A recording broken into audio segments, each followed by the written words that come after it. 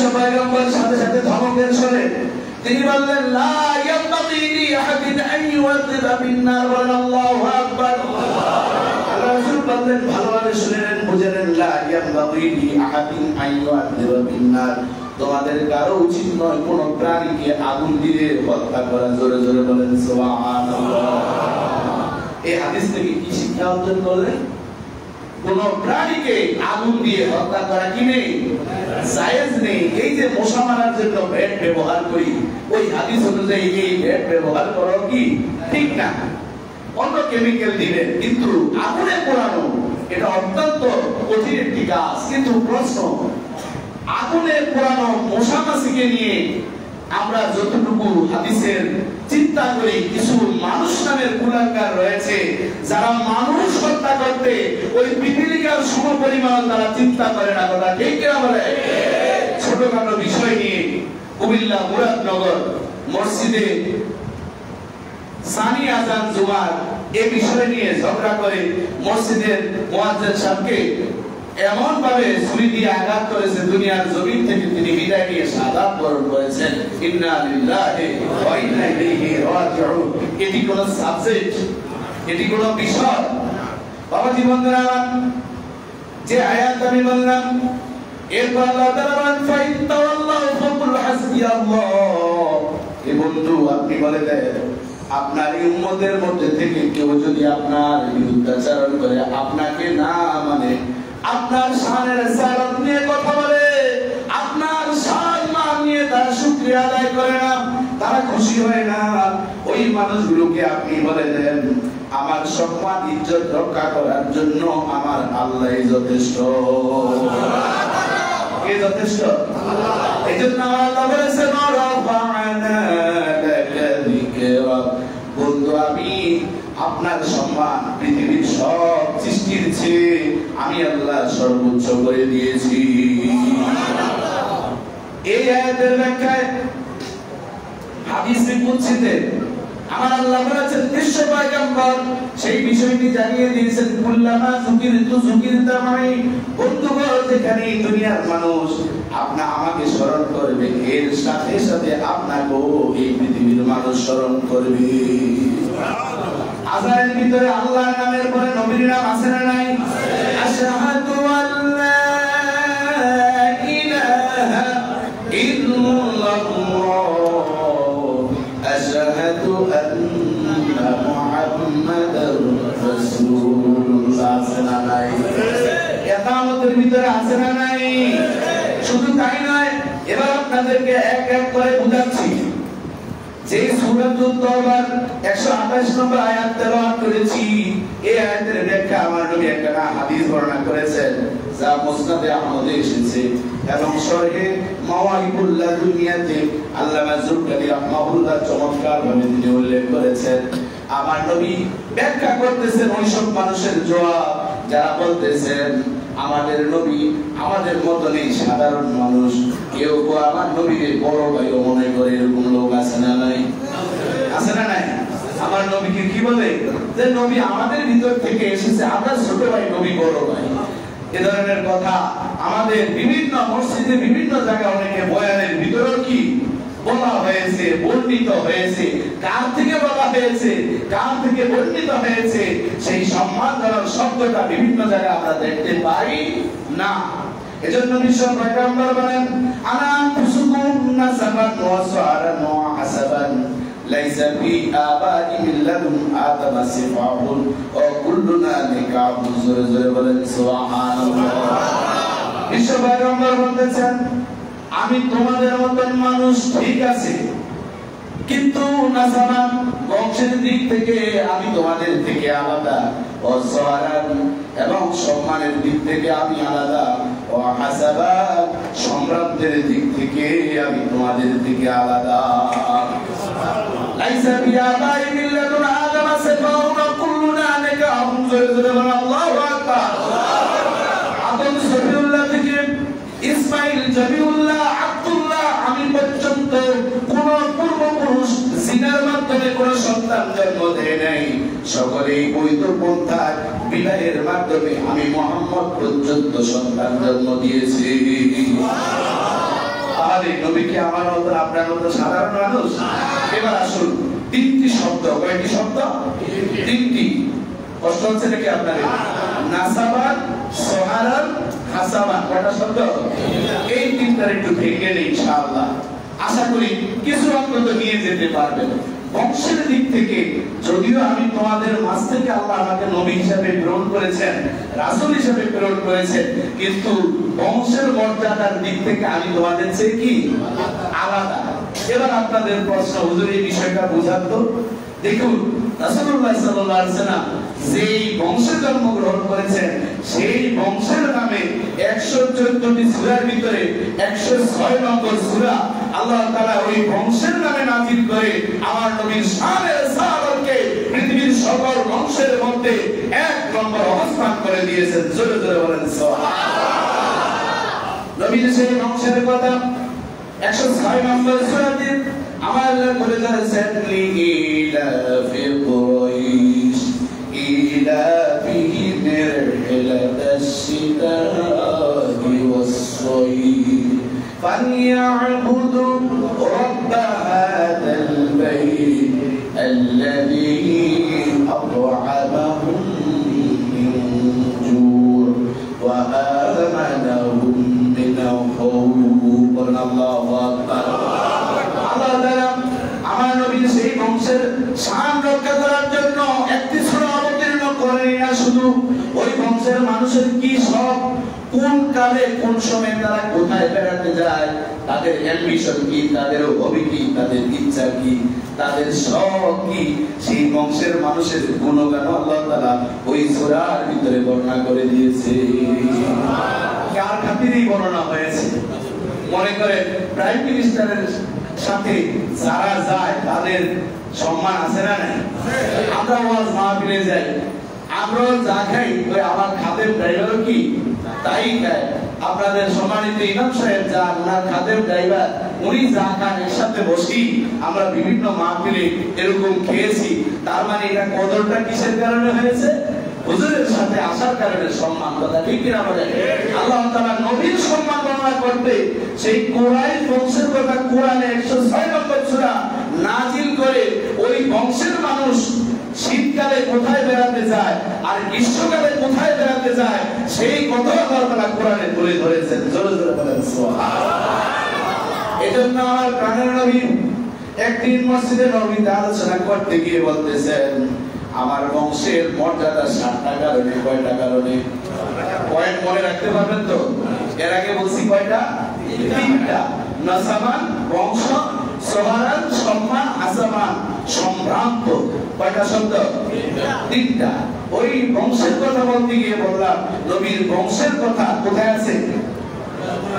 Mother থেকে আছে বাংলাদেশে। কোথায় আছে? কোরআনে একটা সূরা নাযিল করে দিয়েছেন। এরপরে কি করলো? সূরা তো নাযিলই করলেন, আল্লাহ রাসূল এবার বুঝাচ্ছেন যে আমার বংশ 7টা কারণে মর্যাদা। কয়টা কারণে? 2-3টা বলে শেষ করব, নাহলে এই ঈদে মিলাদুন নবীর সম্মান বোঝানোর জন্য সব জায়গাতে একটু টাচ করে আপনাদেরকে যাব। বেশি সময় আমরা নিব না, হয়তো 9:30 10টার ভিতরে আমরা প্রোগ্রাম শেষ করব।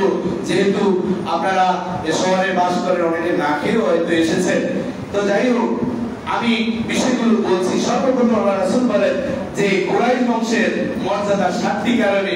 1 নম্বর কারণ বর্ণনা করতে আল্লাহ রাসূল বলেন যে আমি কুরাইশ বংশের জন্মগ্রহণ করার কারণে আল্লাহ তাআলা এই কুরাইশ বংশের মর্যাদা বৃদ্ধি করে দিয়েছেন। কথা কি সত্য না মিথ্যা?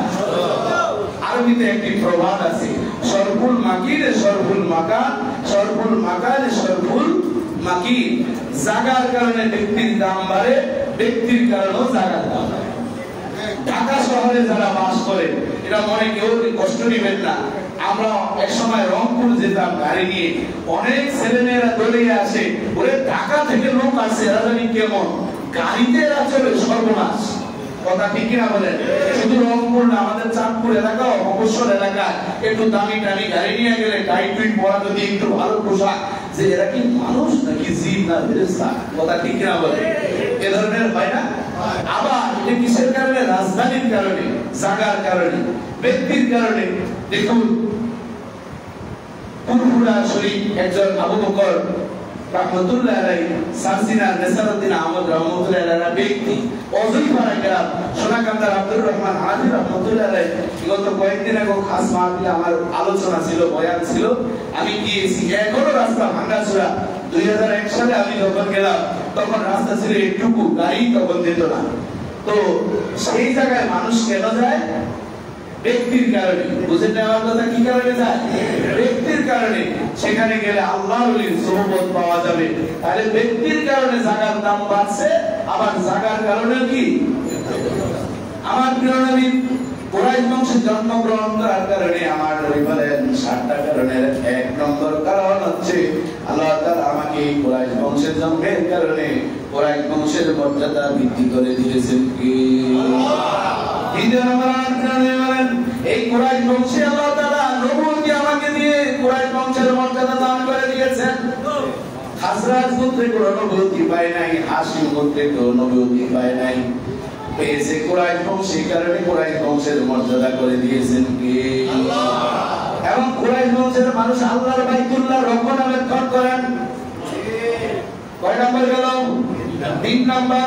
4 নম্বর হচ্ছে জমজম কূপের পানিও কুরাইশ বংশের মানুষ পরিচালনা করে। জমজম কূপের পানি খাওয়ার জন্য যার কাছে ওই পেয়ালাটা গ্লাসটা থাকে সেও হচ্ছে আমার কুরাইশ বংশের মানুষ। কয়টা গেল?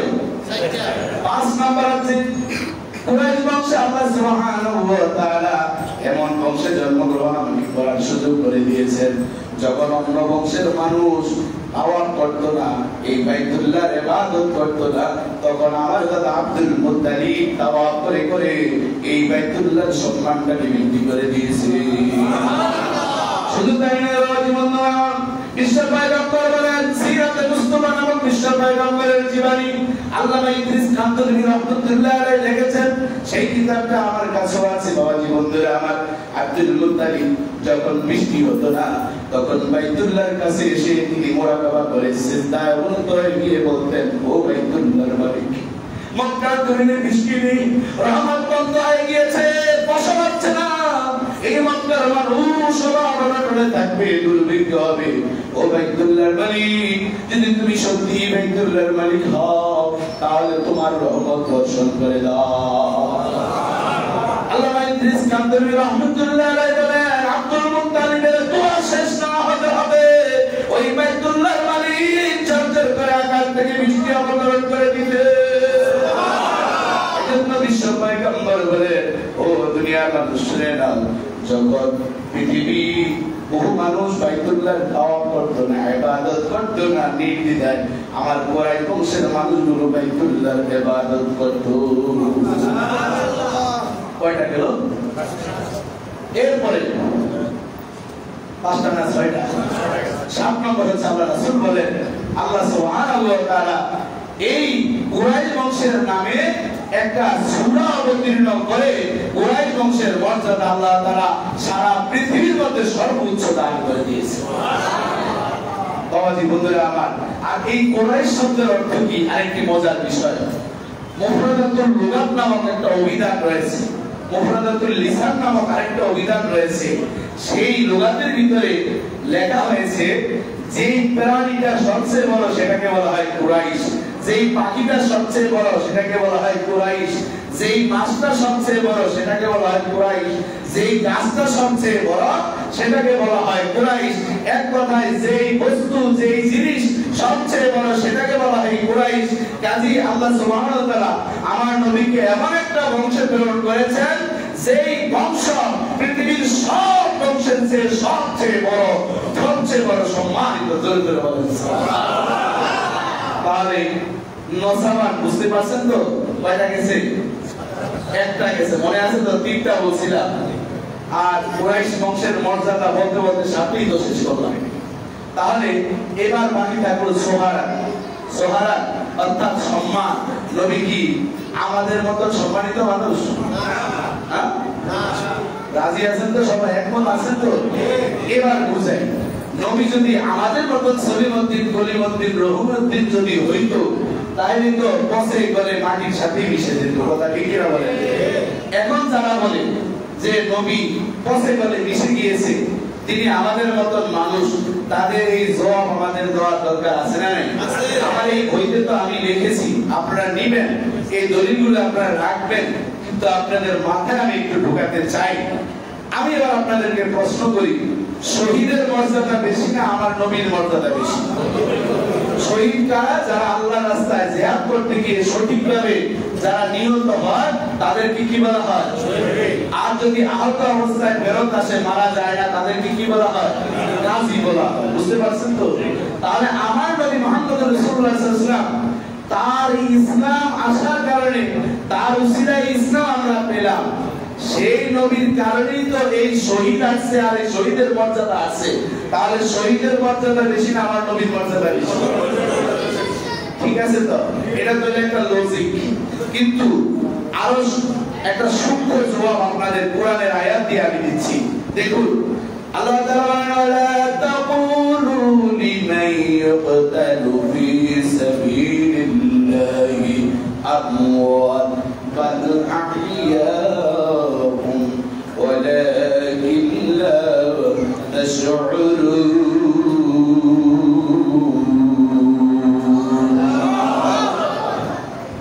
আল্লাহ তাআলা যারা আল্লাহর রাস্তায় শাহাদাত বরণ করেছেন, নিজের তাজা রক্ত ঢেলে দিয়েছেন, তাদেরকে তোমরা মৃত বলো না, ওরা খোদার মেহমান। মৃত বলো না, ওরা খোদার মেহমান।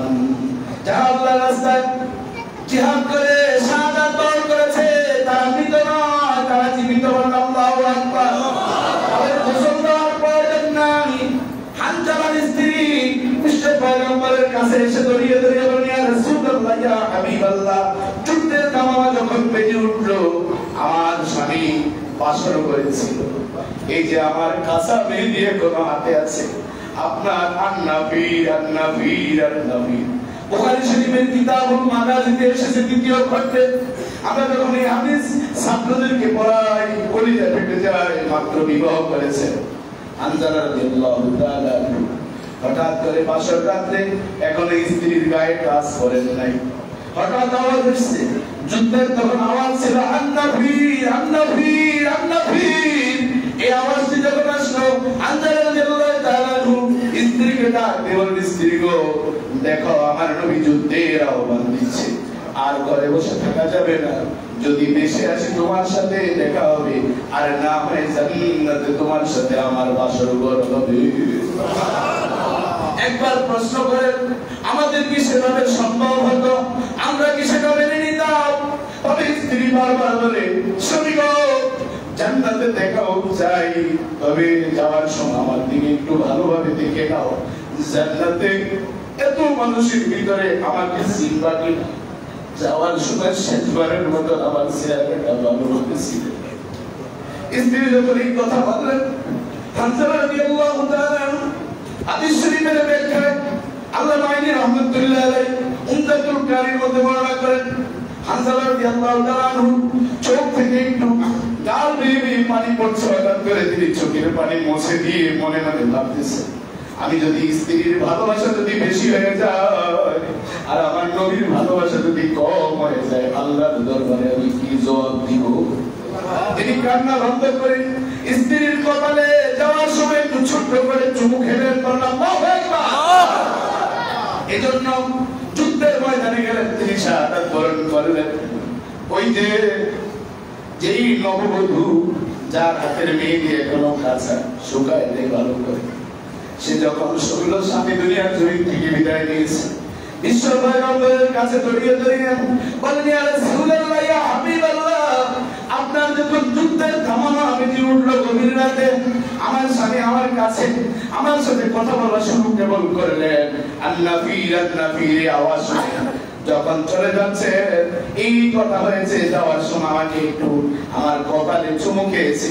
আমার মনে হয় তার গোসল করানোর প্রয়োজন। আমি জানি যারা শাহাদাত বরণ করেন তাদের গোসল করানো হয় না, তবে তার শারীরিক কোনো সমস্যা হলো কিনা এই মেসেজটা দেওয়ার জন্য আমি আপনার কাছে উপস্থিত হয়েছি। আমার স্বামী বিদায় নিয়েছে, একটু আমার দুঃখ নাই, আমার স্বামীর সাথে জান্নাতে আমার দেখা হবে। তবে আমার স্বামী পবিত্র অবস্থায় যাতে কবরস্থ হয় এই মেসেজটা জানানোর জন্য ইয়া রাসূলুল্লাহ ইয়া হাবিবাল্লাহ আমি আপনার কাছে এসেছি।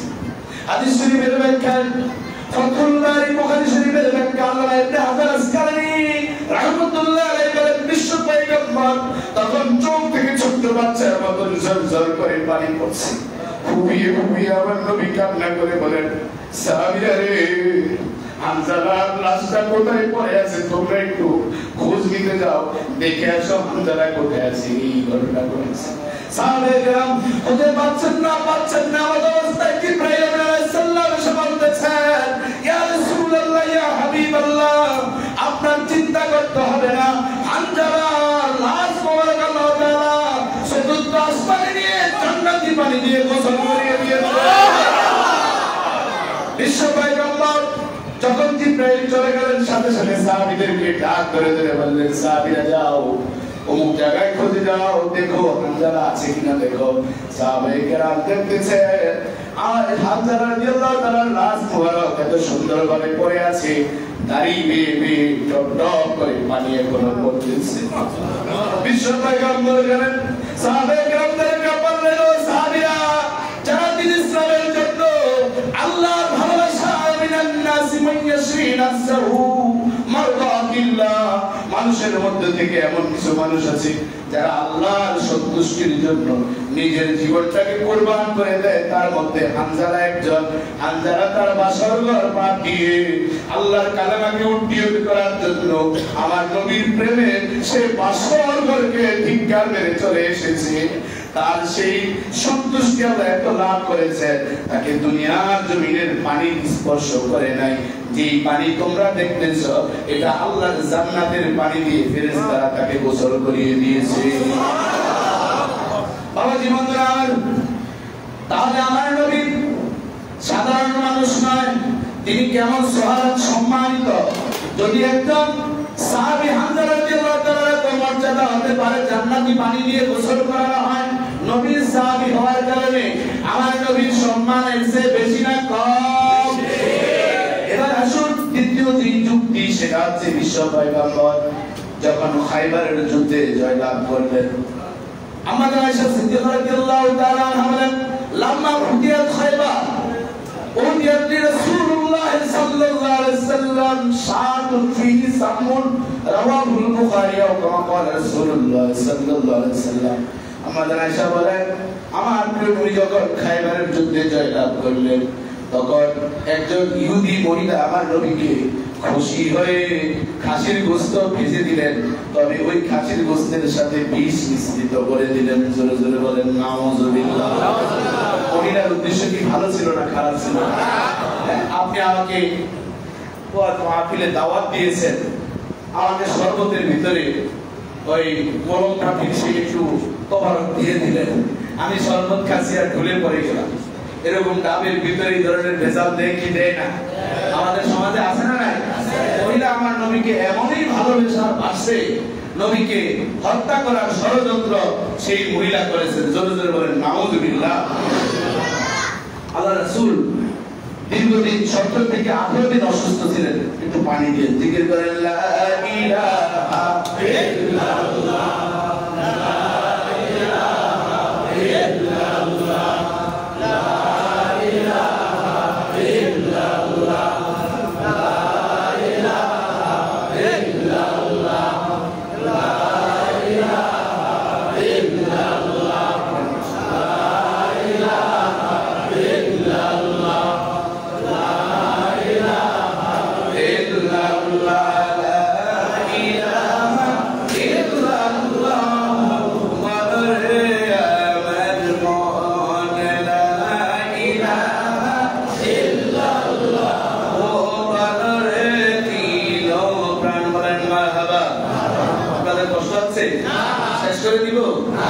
তাহলে আমরা কত নম্বর আলোচনা করতেছিলাম? দ্বিতীয় নম্বর। সোহারাত আমার নবী হচ্ছেন কি সম্মানিত। সম্মানিত কেমন সম্মানিত? তিনি শহীদদের চেয়ে সম্মান কম না বেশি? এটার কোন তুলনা আছে? আচ্ছা, শহীদদেরকে আল্লাহ তাআলা কি বলছেন? তোমরা মৃত বলবেন না, আহিয়া। কোরআনের আয়াত কথা ঠিক না বলেন? তোমরা শহীদদেরকে মৃত বলবে না, ওয়ালা তাকুলু লিমান ইউকতালু ফি সাবিলিল্লাহি আমওয়াত বাল আহইয়াউ ওয়ালাকিন লা তাশউরুন।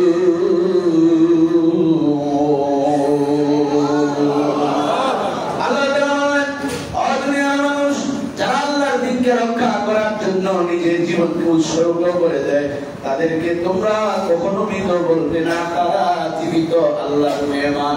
তোমরা তোমাদের অনুভূতিতে বুঝতে পারো নাই, এই যে আয়াত নাযিল হয়ে পৃথিবীর মানুষদেরকে বুঝিয়ে দিয়েছেন, যারা আল্লাহর রাস্তায় যে কোনো ভাবে সঠিক পদ্ধতিতে নিজের জীবনকে কুরবান করে দেয়, আল্লাহ তাআলা তাদেরকে হাসরের ময়দানে উঠানোর পর্যন্ত যেভাবে কবরে রাখা হয় সেভাবেই তাদেরকে জীবিত রাখে।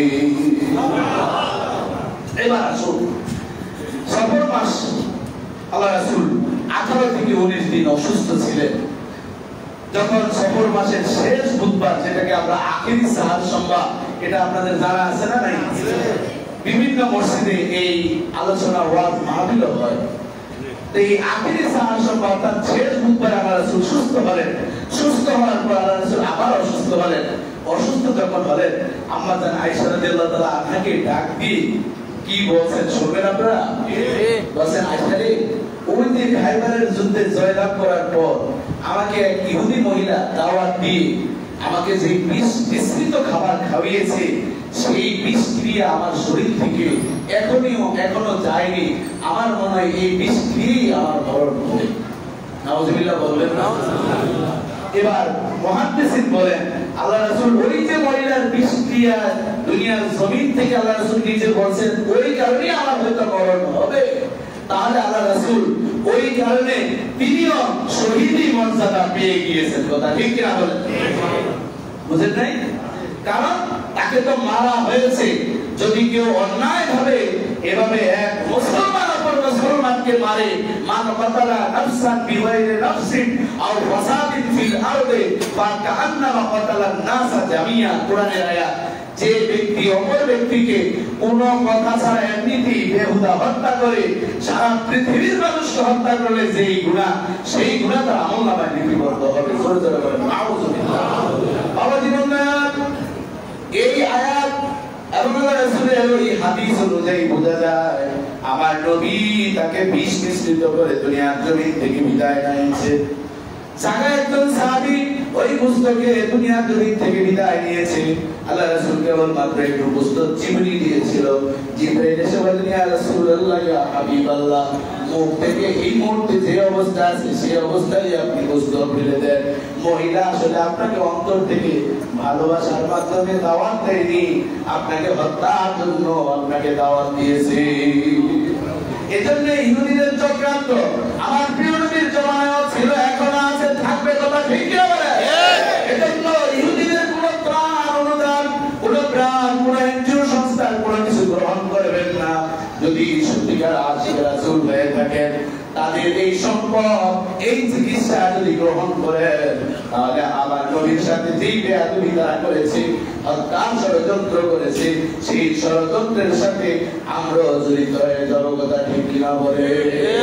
রাসূলুল্লাহ সাল্লাল্লাহু আলাইহি সাল্লাম উহুদের প্রান্তে বিশ্রাম নিচ্ছেন। উহুদের প্রান্তে দান শহীদ হয়ে পড়েছেন। এমন অবস্থায় বিশ্ব পয়গম্বর হেলান দিয়ে বসে আছেন। ঝরঝর করে দাঁত মোবারক থেকে রক্তগুলো পড়তেছে। আমার প্রিয় নবী দেখতেছেন উপর থেকে একটা পাথর গড়িয়ে গড়িয়ে পড়তেছে। বলেন আল্লাহু আকবার।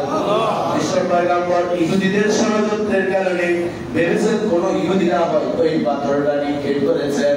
আল্লাহর কি কুদরত! বুখারী শরীফের হাদিসে এসেছে, রাসূলুল্লাহ সাল্লাল্লাহু আলাইহি ওয়াসাল্লাম উপরের দিকে তাকিয়ে থাকতেছেন। হঠাৎ করে রাসূলুল্লাহ সাল্লাল্লাহু আলাইহি ওয়াসাল্লামের মাথা মোবারকের সাথে যখন পাথরটা লেগে গেল, আমার প্রিয় নবী বলেন, মনে হচ্ছে যেন তুলতুল বালিশের মতো পাথরটা আমার মাথার সাথে লেগে গিয়েছে। এজন্য সবাই আমার যখনই উহুদ পাহাড়ের কাছ দিয়ে যেতেন, বুখারী শরীফের হাদিসে এসে আমার নবী বলেন হাজাল জাবাল জাবাল উহুদ ইহুব্বুনা নুহিব্বু হাজাল জাবাল জাবাল উহুদ ইহুব্বুনা নুহিব্বু। ও আমার সাহাবীরা, এই যে 7.5 কিলোমিটার উহুদ পাহাড় তোমরা দেখো, এই উহুদ পাহাড় আমাদেরকে ভালোবাসে, আমরা এই উহুদ পাহাড়কে ভালোবাসি। বলেন আল্লাহু আকবার। উহুদ পাহাড় 7.5 কিলোমিটার দৈর্ঘ্য, এই উহুদ পাহাড় আমার নবীকে ভালোবাসে। অস্ট্রেলিয়ার 69 জন বিজ্ঞানী গবেষণা শুরু করলেন, আমার নবীর জীবনীর 4টা বুখারী শরীফের হাদিসের দ্বারা গবেষণা শুরু করলেন। কয়টা হাদিসে? এই 4টা হাদিসের মধ্যে একটা হাদিস এই উহুদ পাহাড়ের হাদিস। তারা বলতেছেন মুহাম্মদ কেমন কথা, তিনি বলে হাবিবাইল উম্মাহ, উম্মতের ডাক্তার, অথচ তিনি বলছেন হাজাল জাবাল জাবাল উহুদ ইহুব্বুনা নুহিব্বুহু। উহুদ পাহাড় আমাদেরকে ভালোবাসে, আমরা উহুদ পাহাড়কে ভালোবাসি। কোন ব্যক্তি মানুষ যে কোন পাহাড় বস্তুকে ভালোবাসতে পারে, কিন্তু কোন বস্তুকে কোন মানুষকে ভালোবাসতে পারে না। তাদের যুক্তি আছে না নাই? আছে না নাই? পাহাড় আবার মানুষকে ভালোবাসে কেন? তোমার নবী মনে হয় পাগল হয়ে গেছে। বলেন নাউজুবিল্লাহ। অস্ট্রেলিয়ার কতজন বিজ্ঞানী? 69 জন বিজ্ঞানী। তারা এবার গবেষণা শুরু করলেন নবীর হাদিস নিয়ে। তারা কোথায় বসলো? লন্ডনের একটা ইউনিভার্সিটি আছে, যারা যুবক রয়েছেন তারা সার্চ করে দেখবেন। একটা ইউনিভার্সিটির নাম হচ্ছে বার্নিল ইউনিভার্সিটি। নাম কি? বার্নিল ইউনিভার্সিটি, লন্ডনের নাম করা। অক্সফোর্ডের পরে লন্ডনের বার্নিল ইউনিভার্সিটির অবস্থান। এই বার্নিল ইউনিভার্সিটির 2 জন ডক্টরকে তারা এই হাদিসের বাস্তব প্রমাণ করার জন্য সেমিনার ডাকলেন। সেই 2 জন ডক্টর, একজনের নাম ডক্টর আতাহাজি, আরেকজনের নাম ডক্টর মোরশেদ। নাম কি? Doctor Atahaji, doctor Morshed. আলোচনা কি কঠিন হয়ে যাচ্ছে নাকি? আপনাদেরকে বুঝাচ্ছি যে আল্লাহ রাসূল কত সম্মানিত ছিলেন, পাহাড় আমার নবীকে ভালোবেসেছে কিভাবে, এটার বাস্তব উদাহরণ দেখবেন। হরিণের ওয়াজ শুনছেন, হরিণ আমার নবীকে ভালোবাসে, এগুলো আমাদের ওয়াজ শুনতে শুনতে মোটামুটি একেবারে জীবন জৈবন এখন আমরা কবরের যাত্রী। কথা ঠিক কিনা বলেন? পাহাড় যে আমার নবীকে ভালোবেসেছে, বুখারী শরীফের হাদিসে এসেছে 4টা হাদিস। সেই 4টা হাদিসের একটা হাদিস আমি বলবো, 3টা আবার কখনো আসলে ইনশাআল্লাহ বলবো। দেখুন, অস্ট্রেলিয়ার বিজ্ঞানীরা এবার ডক্টর মোরশেদ আতাহাজি তাকে রাখলেন যে আপনি আমাদের এই সেমিনারে থাকবেন, আমরা গবেষণা করেছি। এই সব সিম্পটম গুলো আনলেন। এরপর তারা হেলিকপ্টার দিয়ে এই 7.5 কিলোমিটার দৈর্ঘ্য হচ্ছে উহুদ পাহাড়ের, জোরে জোরে বলেন সুবহানাল্লাহ। নবীকে ভালোবাসার কারণে এই পাহাড় আল্লাহ সুবহানাহু ওয়া তাআলা এত সম্মান দিয়েছেন। আমার নবী বলেছেন উহুদ পাহাড় তোমরা খোদাই করবে, এই আমার দেশের মানুষের জন্য, মক্কার মানুষের জন্য উহুদ পাহাড়ের ভিতরে আল্লাহ অনেক বরকত দিয়েছেন। জোরে জোরে বলেন সুবহানাল্লাহ। বর্তমান বিজ্ঞানীরা গবেষণা করে দেখেছেন উহুদ পাহাড়ের 50% হচ্ছে আল্লাহ তাআলা স্বর্ণ দিয়ে পরিপূর্ণ করে রেখেছেন। উহুদ পাহাড়ের মাটি যখন দেখবেন এটা লালসা লালসা সুতো উঠলে, আমি 19 সালে যখন গেলাম আল্লাহ রাসূলের এই হাদিস থেকে বাস্তবে দেখার জন্য আমি 2টি জিনিস সংগ্রহ করেছি, আপনারা সেটা আমি আপনাদেরকে বলবো। দেখুন, অস্ট্রেলিয়ার 69 জন বিজ্ঞানী ওই ডক্টর আতাহাজি মোরশেদের এই রিসার্চ, এই সেমিনারে তারা বললেন যে আমরা ঘুরতে ঘুরতে হেলিকপ্টার নিয়ে 7.5 কিলোমিটার একবার যাচ্ছি, আবার আসছি। মুহাম্মদ উহুদ পাহাড়কে ভালোবাসতে পারে, উহুদ পাহাড় মুহাম্মদকে কিভাবে ভালোবাসে এটার প্রমাণ আমরা সর্বশেষ তারা পেয়েছেন। তারা হেলিকপ্টার নিয়ে যাচ্ছেন, আসছেন, আর বড় একটা মেগাপিক্সেল মনিটর তারা ফিট করে দিলেন ওই উহুদ পাহাড়ের উপরে। হঠাৎ করে তারা দেখতে পেলেন উহুদ পাহাড়ের 7.5 কিলোমিটার জোড়া লেখা উঠে গিয়েছে লা ইলাহা ইল্লাল্লাহু মুহাম্মাদুর রাসূলুল্লাহ সাল্লাল্লাহু আলাইহি ওয়াসাল্লাম। জোরে নারে তাকবীর, নারে সালাম। নবীর ভালোবাসা উহুদ পাহাড় বাসে কি বাসে নাই? আমার জীবনের আমার রাইতু বিআইনিয়া, আমি আমার পৌঁছাতে 2019 সালে দেখে এসেছি যেই পাথরটা উপর থেকে গড়িয়ে গড়িয়ে পড়তেছিল, আসলে এটা সত্যি ইহুদিদের ষড়যন্ত্র ছিল। নবীর দান মোবারক শহীদ হয়েছে, রক্ত ঝরঝর করে পড়ছে। নবী হেরাত দিয়ে পড়ে আছে, একটু নড়াচড়া করছে। ইহুদিরা ভাবতেছে এই তো সুযোগ দুনিয়ার জন্য একটি বিদায় করার জন্য, কিন্তু আমার নবীকে রক্ষা করেন কে? ফাইন তাওয়াল্লাহ ফাকুল হাসবিয়াল্লাহ। আল্লাহ তাআলা সূরা তাওবার 129 নম্বর আয়াতে বলেন, এই পৃথিবীর মানুষ যতই আপনাকে অবমাননা করুক না কেন, আপনার ষড়যন্ত্র করুক না কেন, আমি আল্লাহ আপনার সম্মান রক্ষা করার জন্য, আপনাকে বাঁচার জন্য আমি আল্লাহই যথেষ্ট। ইহুদিরা ওই পাথরকে এমন ভাবে কষাঘাত করে আমার নবীর মাথায় ফেরানোর চেষ্টা করলো। যখন পাথরটা আমার নবীর মাথা মোবারকের কাছে চলে আসলো, পাথরটা আমার নবীর বালিশ হিসাবে আরশের মালিক উপহার দিয়ে দিলেন। এখনো সেই পাথরটা ঝুলন্ত অবস্থায় আছে। আল্লাহু আকবার। সেই পাথর এখনো কি ঝুলন্ত অবস্থায় আছে। আমাদের বাদশা আব্দুল আজিজের পর বাদশা ফাহাদ সাহেব যখন আমির হলেন, বাদশাহ হলেন সৌদি আরবে, তিনি এটা নিয়ে কেরেন উঠালেন, বিশাল এক কেরেন দিয়ে বহু টানা হেঁচড়া করলেন। তার চিন্তা ছিল এই পাথর যদি উপর থেকে পড়ে তাহলে কোন যাত্রী বা পথচারীদের সমস্যা হতে পারে। কেরেন না, পৃথিবীর কোন শক্তি সেটা কোনদিন ফেলতে পারবে না। আরশের মালিক এমন ভাবে পাহাড়ের আমার নবীর ষড়যন্ত্রকারী ইহুদিদের জবাব দিয়েছে, কিয়ামতের পূর্ব পর্যন্ত ওই উহুদ পাহাড় কলিজার সাথে ওই পাথরকে লাগিয়ে দিয়েছেন কে? আল্লাহ। আল্লাহ আছেন না নাই? আছেন। বিশ্ব পয়গম্বর বলেছেন, হাযাল জাবাল জাবালুহুদি হুব্বিনা নহিব্বু। ও আমার সাহাবীরা যখনই ওই উহুদ পাহাড়ের পাশে দিয়ে আমার নবী যেতেন, উহুদ পাহাড়ের পাশে আমার নবী দাঁড়িয়ে গিয়ে বলতেন, ও আমার সাহাবীরা, এই উহুদ পাহাড় আমাকে কলিজা থেকে ভালোবেসেছে, আমিও উহুদ পাহাড়কে মৃত্যুর পূর্ব পর্যন্ত ভালোবাসি। আল্লাহু আকবার, আল্লাহু আকবার। আল্লাহ রাসূলের আমির হামজা, রাসূলুল্লাহ সাল্লাল্লাহু আলাইহি ওয়াসাল্লামের চাচা, যখন দুনিয়ার জমিন থেকে উহুদ পাহাড়ের সেই পাদদেশে তিনি শাহাদাত বরণ করলেন, হিন্দা কলিজাগুলো চিবালেন, এমন ভাবে কলিজাগুলো কেটে কেটে কেটে ওয়াসি টুকরো টুকরো করে দিলেন। আর ওই হিন্দা সেটাকে চিবাচ্ছেন, কামড় দিচ্ছেন আবু সুফিয়ানের স্ত্রী। তখন এরা যখন ইসলাম ধর্ম গ্রহণ করলো, আল্লাহ রাসূল ওই হিন্দাকে বললেন এবং ওয়াসিকে বললেন, ওয়াসি, ও হিন্দা, তোমরা কালেমা পড়ে মুসলমান হয়েছো, কিন্তু ওয়াসি তোমার কাছে আমি একটু অনুরোধ করি, তুমি আমার সামনে কোনোদিন আসবে না। কারণ তুমি যদি আমার সামনে আসো, আমার চাচার কলিজাতে তোমরা টুকরো টুকরো করে, কান টুকরো করে তোমরা খেলা করেছো, কলিজা চিপে ফেলে দিয়েছো, নাক কেটে ফেলেছো, আমি আর সহ্য করতে পারি না। আমার জীবন তো সেই কোনোদিন তুমি আমার সামনে আসবে না। জোরে জোরে বলো আল্লাহু আকবার, আল্লাহু আকবার।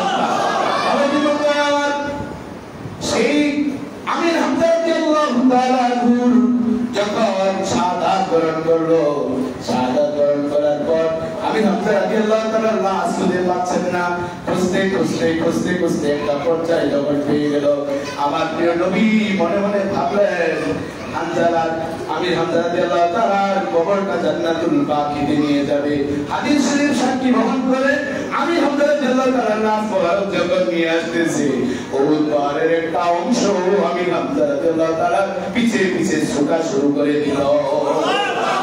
এজন্য দেখবেন উহুদ পাহাড় থেকে একটু আলাদা একটা পাহাড় রয়েছে, সেই সাহাবীদের কবরের মাঝে এবং আলাদা একটা পাহাড়ের ভিতরে একটা ব্যবধান আছে না নাই? ওই উহুদ পাহাড় থেকে এই পাশে একটি টুকরো চলে এসেছে। এই কথাগুলো বলার উদ্দেশ্য হচ্ছে, আমার নবী বলেছেন, না আখুযুকু নাসাবান ও সাহারা, আমি তোমাদের বংশ থেকে, তোমাদের মধ্য থেকে এসেছি, কিন্তু বংশের দিক থেকে আমি তোমাদের থেকে আলাদা, সাহারা, এবং সম্মানের দিক থেকেও কি আলাদা। এবার আসলে সম্মানের আরেকটি উদাহরণ আমি আপনাদেরকে দিই। আপনাদের কষ্ট হচ্ছে নাকি? আর কয়েক মিনিট পরে ইনশাআল্লাহ শেষ করে দেব ইনশাআল্লাহ। আমার বন্ধুরা, আমার রাসূলুল্লাহ সাল্লাল্লাহু আলাইহি ওয়াসাল্লামের এই মিলাদুন নবী আপনাদের এই মধ্য মাদারটে বাইতুল মামুর মসজিদে, বাংলাদেশে, আমেরিকা, লন্ডন, ইউরোপের কোন কান্ট্রিতে যদি না পালন করে, তাতে কি আমার নবীর সম্মানের কোনো ক্ষতি হবে?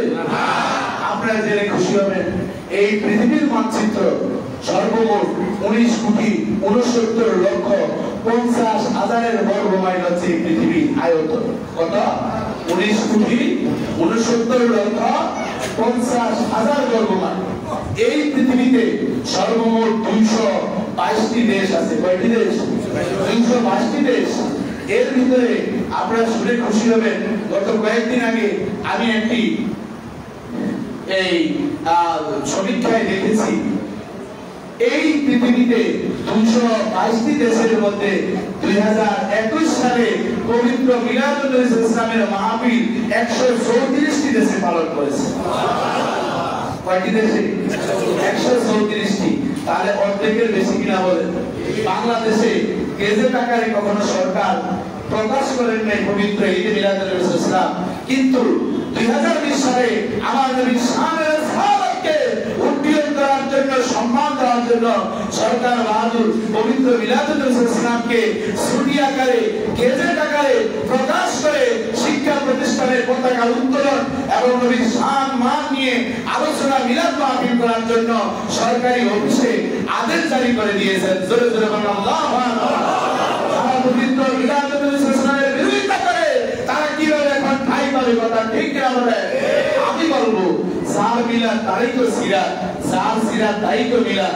মিলাদ হচ্ছে আমার নবীর জন্ম থেকে নবুয়তির আগ পর্যন্ত 40 বছর, নবুয়তির পর থেকে 23 বছরকে সিরাত বলা হয়। কিন্তু জন্ম থেকে নবুয়তির আগ পর্যন্ত ওই জীবনটা আমার নবী অনেক কষ্ট, দুঃখ, দুর্দশা ছিল কি ছিল না? আপনি 27-28 বছর লেখাপড়া করে এরপরে 15-20 বছর চাকরি করে গাড়ি বাড়ি করেছেন। ওই সময় যদি আপনি লেখাপড়া সঠিকভাবে মেধা না খাটাতেন, তাহলে 15-16 বছরে আপনার অর্জন কি হতো? তাদের নবীর মিলাদকে অস্বীকার করে সিরাত নিয়ে আমরা যদি ঝগড়া করি, এটি আমাদের মুসলমানের দায়িত্ব নয়। কথা ঠিক কিনা বলেন? এখানে আমি রেখে দিলাম, এই বিষয়ে আমার ইউটিউবে আলোচনা আছে। আল ফারকু বাইনাল মিলাদুন নবী ও সিরাতুন নবী, হোয়াট ডিফারেন্স বিটুইন হোয়াট মিলাদুন নবী ও সিরাতুন নবী, এই বিষয়ে আমার নাম সার্চ দিলে আপনারা আলোচনা পাবেন আরো বিস্তারিত। সম্মানিত সুধী, আমি কথাগুলো বলার উদ্দেশ্য, 222টি দেশের ভিতরে মিলাদুন নবীর মাহফিল কয়টি দেশে পালন হয়েছে? 134টি দেশে। আমাদের বাংলাদেশের মতো মুসলিম অধ্যুষিত দেশ এই পৃথিবীতে মোট 54টি। কয়টি? 54টি দেশ। কিন্তু 54টি দেশ হলেও 82টি দেশে মুসলিম ও অমুসলিম হোক, তারা আমার নবীর কোরআন এবং হাদিস নিয়ে গবেষণা করে যাচ্ছে। জোরে জোরে বলেন সুবহানাল্লাহ। বাবা জীবন 134টি দেশ মিলাদুন নবীর মাহফিল হলো না, কিন্তু এই মিলাদুন নবীর মাহফিল আল্লাহ সুবহানাহু ওয়া তাআলা সৃষ্টির শুরুতেই আসমানে রূহের জগতে পালন করেছে। কোরআনে আছে না নাই? আমার ভাইরা বলেন, মিলাদুন নবীর কথা নাকি কোরআনে নাই? আপনি দেখুন সূরা মারিয়ামে ঈসা আলাইহিস সালাম বলেন, আসসালামু আলাইয়া ইয়াওমা উলিদতু ওয়া ইয়াওমা আমুতু ওয়া ইয়াওমা উবআসু হাইয়ান। জোরে জোরে বলেন সুবহানাল্লাহ। কি বলছেন? শান্তি বর্ষিত হোক যেদিন আমি জন্মগ্রহণ করেছি, যেদিন আমি মৃত্যুবরণ করব, যেদিন আমি আবার পুনরায় হাসরের ময়দানে উঠব। তাহলে ঈসা আলাইহিস সালাম তার জন্মদিনের জন্য দোয়া করছেন, আবার মৃত্যু দিনের জন্য দোয়া করছেন। কথা ঠিক কিনা বলেন? আমার কিছু ভাইরা বলেন, নবী 12 রবিউল আউয়াল জন্মগ্রহণ করেছেন, 12 রবিউল আউয়াল মৃত্যুবরণ করেছেন, তো ওই দিনে ঈদে মিলাদুন নবী খুশি করাটা এটা নাকি জায়েজ নাই। তাহলে ঈসা আলাইহিস সালাম যে যেই কথাটি বলছেন, আল্লাহ খুশি হয়ে সেই কথাটাকে সাপোর্ট দিয়ে আল্লাহ তাআলা কোরআনের আয়াত হিসেবে নাযিল করে দিয়েছে। আসসালামু আলাইয়া ইয়াওমা উলিদতু ওয়ালাদা ইয়ালিদু ওয়ালাদাত। মিলাদ এই শব্দগুলো কোরআনের মধ্যে আল্লাহ তাআলা এত সুন্দরভাবে বর্ণনা করে দিয়েছেন।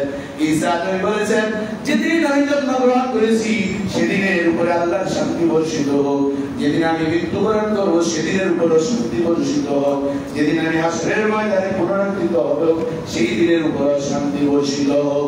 তাহলে মিলাদের কথা কোরআনে আছে না নাই?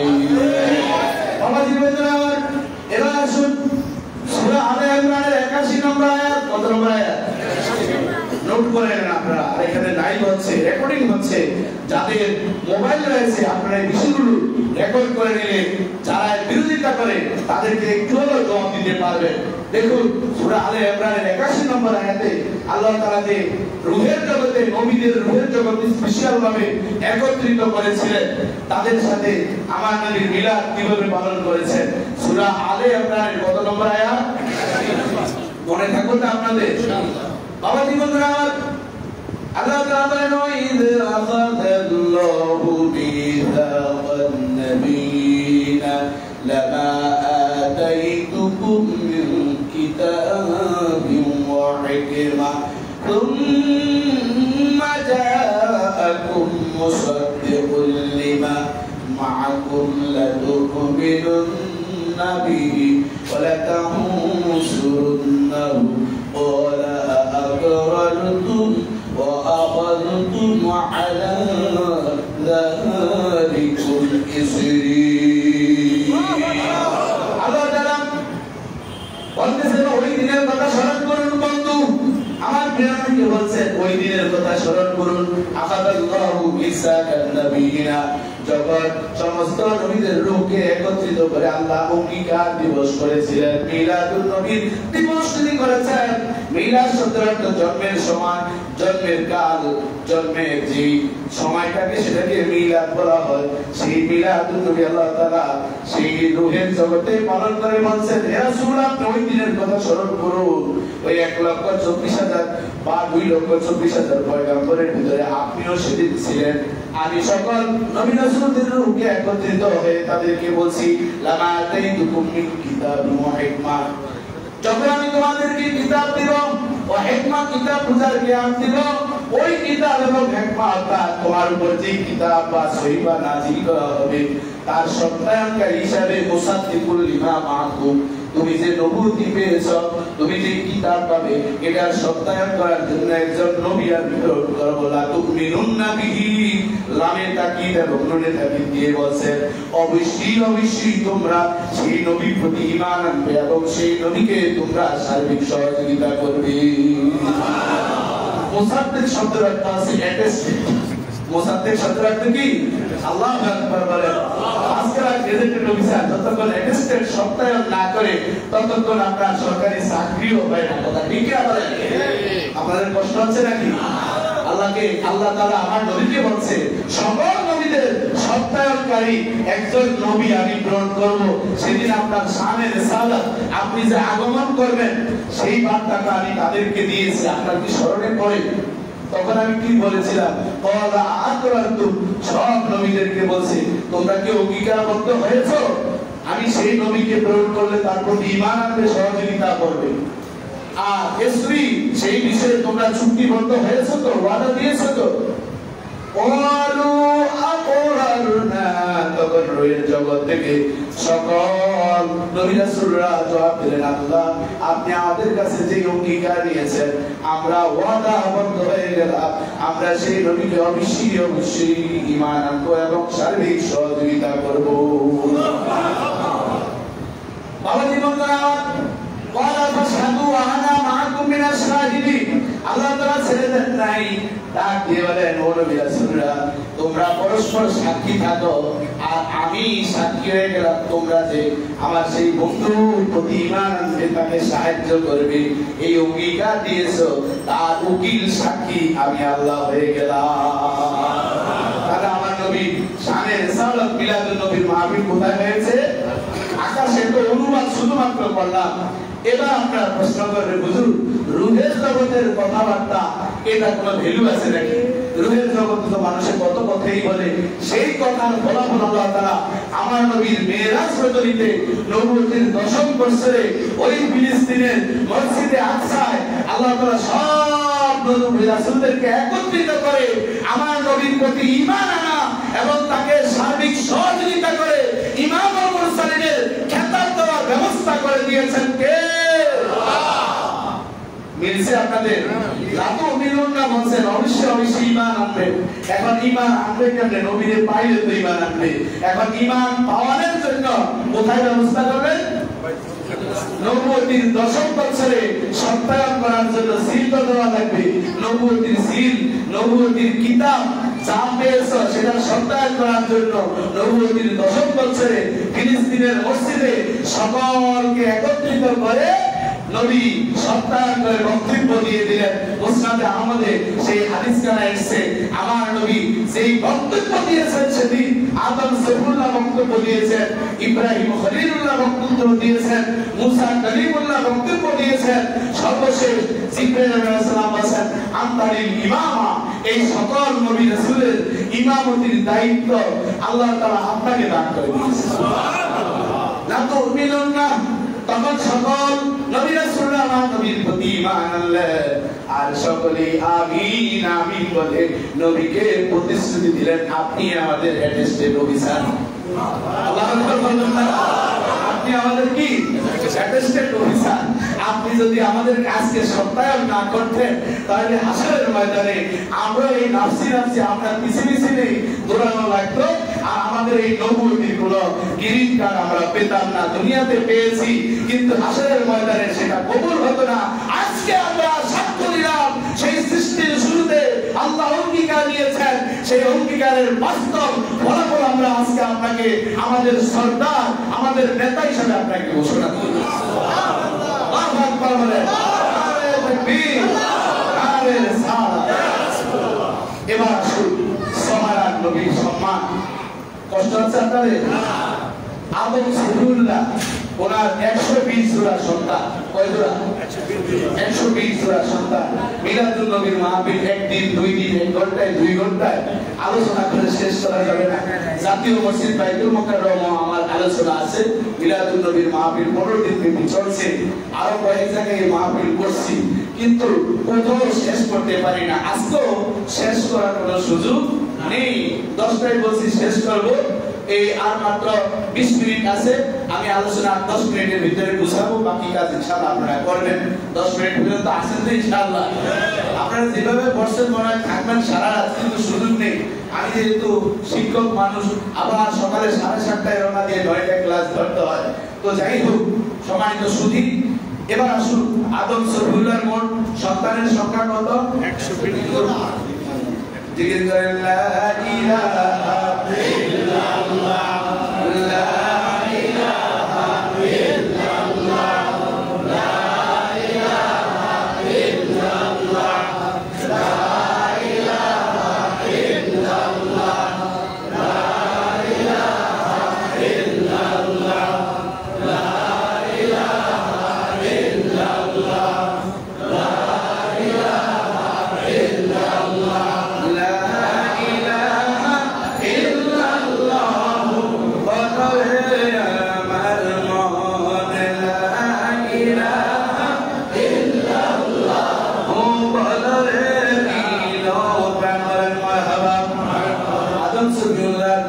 সন্তানের সংখ্যা 120 জোড়া, তার মানে 240 জন, কিন্তু একজন মেজর জন্মগ্রহণ করেছেন, একজনই নবুয়তি পেয়েছেন, তার নাম কি?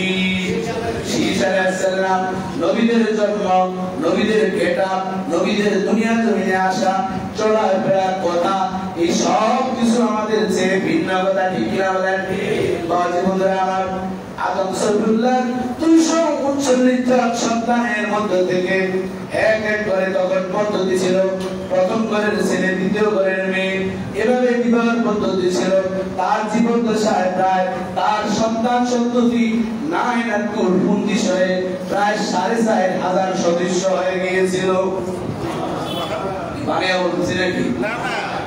কিতাবে আছে না নাই? সিরাতে মুস্তাফার ভিতরে এসেছে 4,500 সন্তান। এবার অন্তিম কাল চলে আসলো। অন্তিম কালে ঘোষণা দিলেন, আজকে আমি একটা তোমাদের নিয়ে সভা করব। সেই সভাতে আলোচনা কার করা হবে? সেই আলোচনা হচ্ছে আমাদের প্রিয় নবী আখির জামানার পয়গম্বর মুহাম্মদুর রাসূলুল্লাহ সাল্লাল্লাহু আলাইহি ওয়াসাল্লামের শানে রিসালাতের আলোচনা করবেন। আল্লাহু আকবার। মুস্তাদরাকে হাকিম এসেছেন এবং সহিহ মাওয়াহিবুল্লাহ দুনিয়া কিতাবের মধ্যে এসেছে। আল্লামা সুরকানি রাহমাতুল্লাহ আলাইহি উল্লেখ করেছেন, সহিহ হাদিসের ওয়াকি তিনি বর্ণনা করতেছেন, আদম সফিউল্লাহ বলতেছেন, ইয়া বুনাইয়া আনতা খলিফাতি মিন বাদি ফাকুল্লামা সাদারতুল্লাহ ফাসকুর বিজাবি ইসমা মুহাম্মাদুর রাসূলুল্লাহ সাল্লাল্লাহু عليه وسلم فإني رأيت اسمه مكتوبا على ساق العرش ربنا الله أكبر আদম সফিউল্লাহ একজন সন্তান নবুয়তি পেয়েছেন তার নাম কি শীষ আলাইহিস সালামকে লক্ষ্য করে বলেন ইয়া বুনাইয়া আনতা খলিফাতি মিন বাদি তুমি আমার পরে নবুয়তি পাবে কাজী তোমাকে একটি বিষয় বলে যাই ফাকুল্লামা যাকারতুল্লাহ ফাসকুর বিসাবিহি ইসমা মুহাম্মাদুর রাসূলুল্লাহ সাল্লাল্লাহু আলাইহি ওয়াসাল্লাম যখনই আল্লাহর নাম তুমি জবান দিয়ে উচ্চারণ করবে এর সাথে সাথে মুহাম্মাদুর রাসূলুল্লাহ সাল্লাল্লাহু আলাইহি ওয়াসাল্লামের নামটা তুমি জবান দিয়ে উচ্চারণ করবে এর কারণ আছে না নাই বাইনি রাইতু ওয়াইদা মুতাকাল্লিমের সিগা ইন্নী নিশ্চয়তা দিয়ে বলতেছেন নিচে আমি দেখলাম আমি দেখেছি দেখলাম বাইনি রাইতু ইসমাহু মাকতুবান আলা সাকিল আরশে ওই মুহাম্মাদের নামটা আল্লাহর আরশে আজিমের খুঁটির মধ্যে আল্লাহর সাথে লিপিবদ্ধ আছে কালিমাত তাওহীদ আরশে লেখা আছে মুহাম্মদ বাবিতে আকা কালিমাত তাওহীদ আরশে লেখা আছে মুহাম্মদ বাবিতে আকা তাওহীদ আমার পরম সাথী তাওহীদ আমার পরশ হইয়া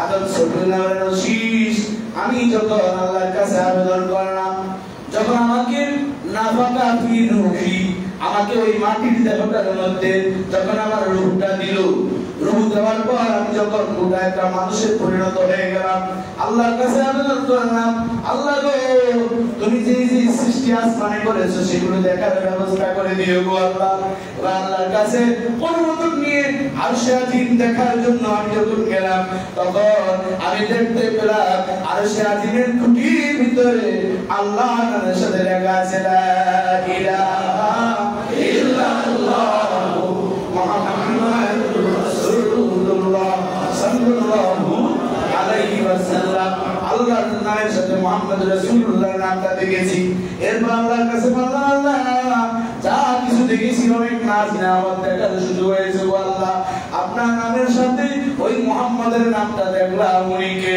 তখন আমাকে পরিচয় করে দিয়েছে আদম রাসূলুল্লাহ তিনি হবেন আখির জামানার পয়গম্বর আপনাদের নবুয়তির সত্যায়নকারী গেজেটেড অফিসার হিসেবে সবার সাথে আমি তাকে প্রেরণ করব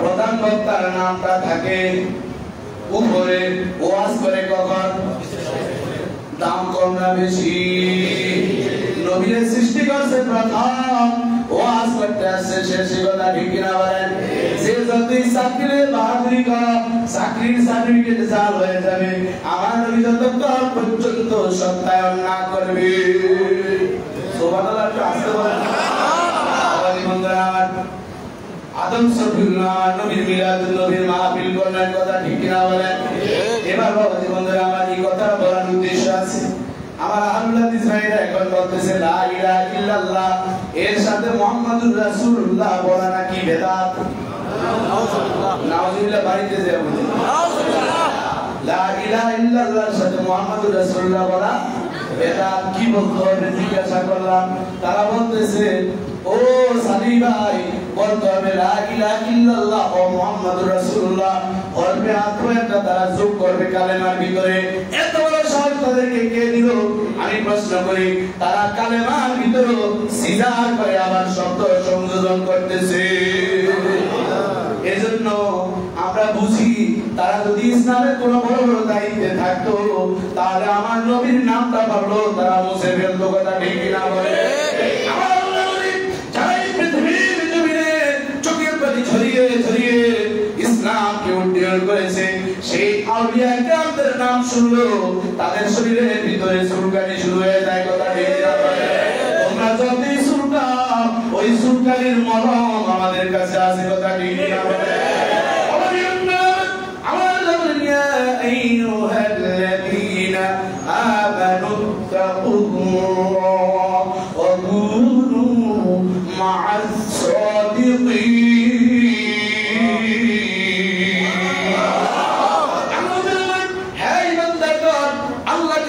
করো, আল্লাহকে ভয় করো।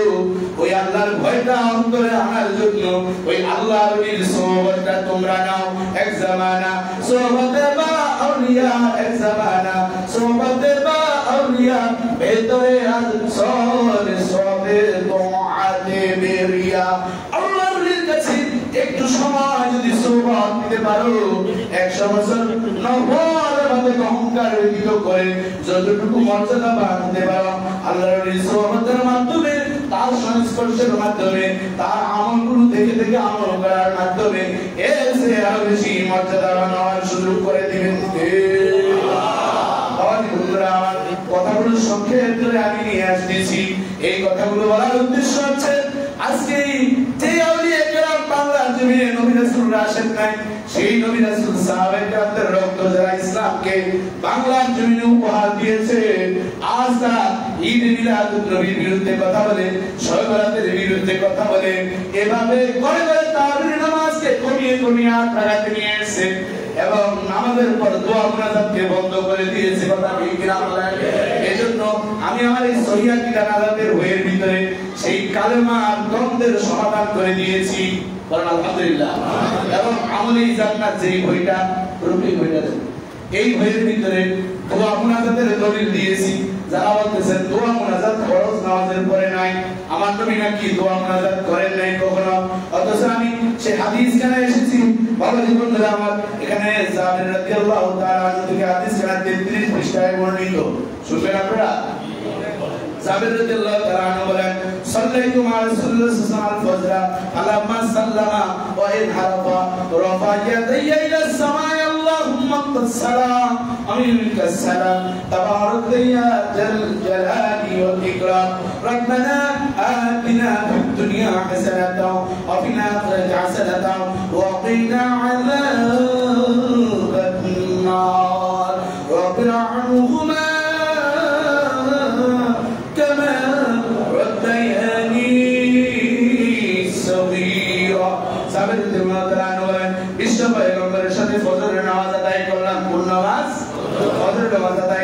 যারা বলেন ফরজ নামাজের পরে দোয়া মুনাজাত নাই, ঢাকা শহরের অনেক মসজিদে ফরজ নামাজের পর এখন আর দোয়া মুনাজাত দেয় না, কথা ঠিক কিনা বলেন?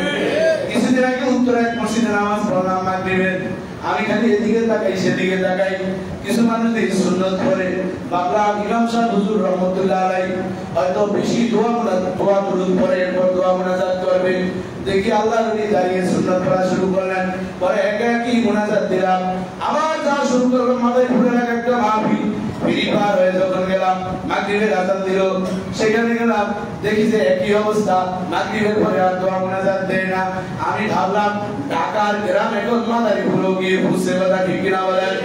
মাদার থেকে আসতে কতক্ষণ, কথা ঠিক কিনা বলেন? এজন্য এই দোয়ার রেফারেন্স গুলো নেওয়ার দরকার আছে না নাই? জাবের রাদিয়াল্লাহু তাআলা বলেন, নবী পাকের সাথে ফজরের নামাজ আদায় করলাম, ফজরের নামাজের সালাম যখন ফিরালেন এর আলাবা তিনি আমাদের মুসল্লিদের দিকে মুখ ফিরালেন, এরপরে রফা ইয়াদাইয়া ইলা সামা, আকাশের দিকে দুটি হাত তোলা মানুষ বললেন, আল্লাহুম্মা আনতাস সালাম ওয়া মিনকাস সালাম তাবারাক ইয়া জাল জালালি ওয়াল ইকরাম। এভাবে আমার নবী দোয়া করেছেন।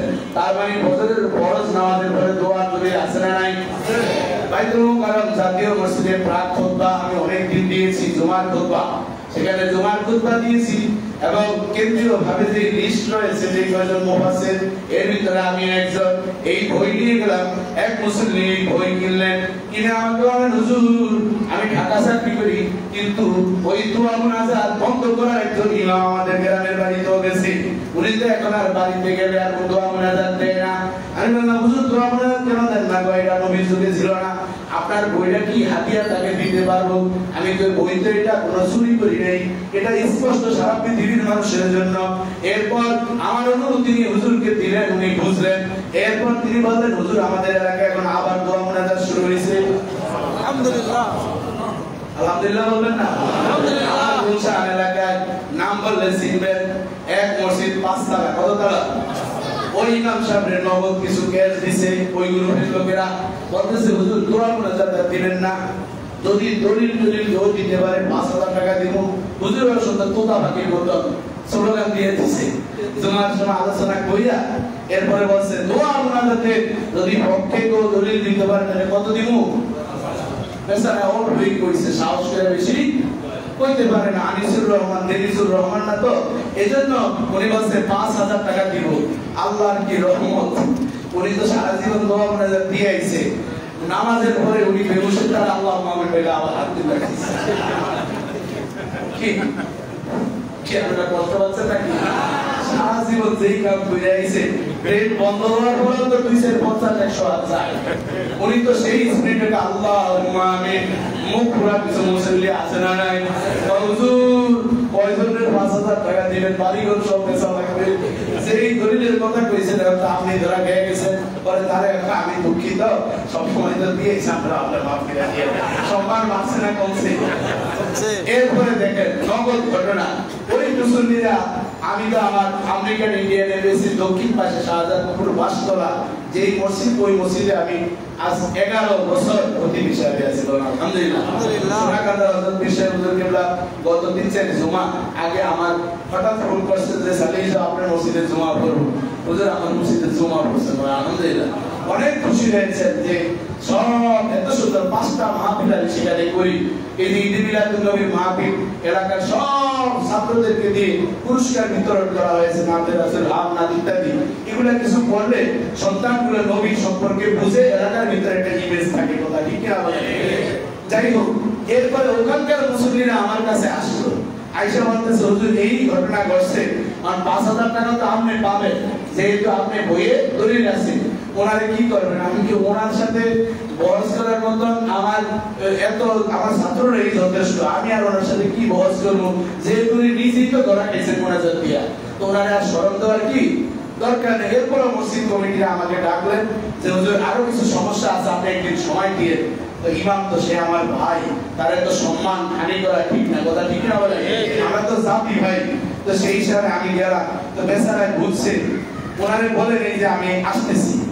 এরপর আমি যাওয়ার পরে বেচারায় তো দোয়া ইউজ করতে করতে আইয়া এমন ভাবে বইছে মনে যেন উনি আমার ছাত্র বন দিয়া। আমি বললাম ভাইজান কেমন আছেন? আরে আপনি এভাবে বসছেন কেন? আমাদের মাসুম সাহেবের মতন আরো সুন্দর করে উনি বসছেন, একেবারে নতুন জামাইয়ের মতন বসে। আমি আমার ওনার পিঠে হাত বুলাইতে আছি, আর বলতে আছে আমি থাকতে আপনার কোনো ভরসা নাই, ইনশাআল্লাহ। কি করে আপনারা পরে উনি হাসে।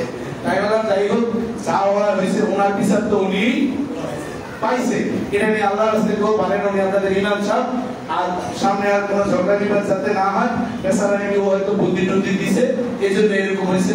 আল্লাহর কাছে ইমাম সাহেব আপনারাও কারো কথা শুনবেন না, কোরআন হাদিস অনুযায়ী চলবেন। আল্লাহ তাআলা আমাদেরকে শান্তিতে রাখুক। পরে ওনারাও খুশি, ইমাম সাহেবও খুশি। এরপরে উনি আমাদের দেখতে খালি দোকানের ভিতরে ঢুকে কোন দোকান অথবা গলিতে ঢুকে। তো এটার কি কারণ? বেচারা নিজে একটু লজ্জিত হয়েছে। এটার কারণ হচ্ছে, বলার উদ্দেশ্য হচ্ছে এই দলিলগুলো পড়াশোনা করে এই বই আকারে বের করেছি।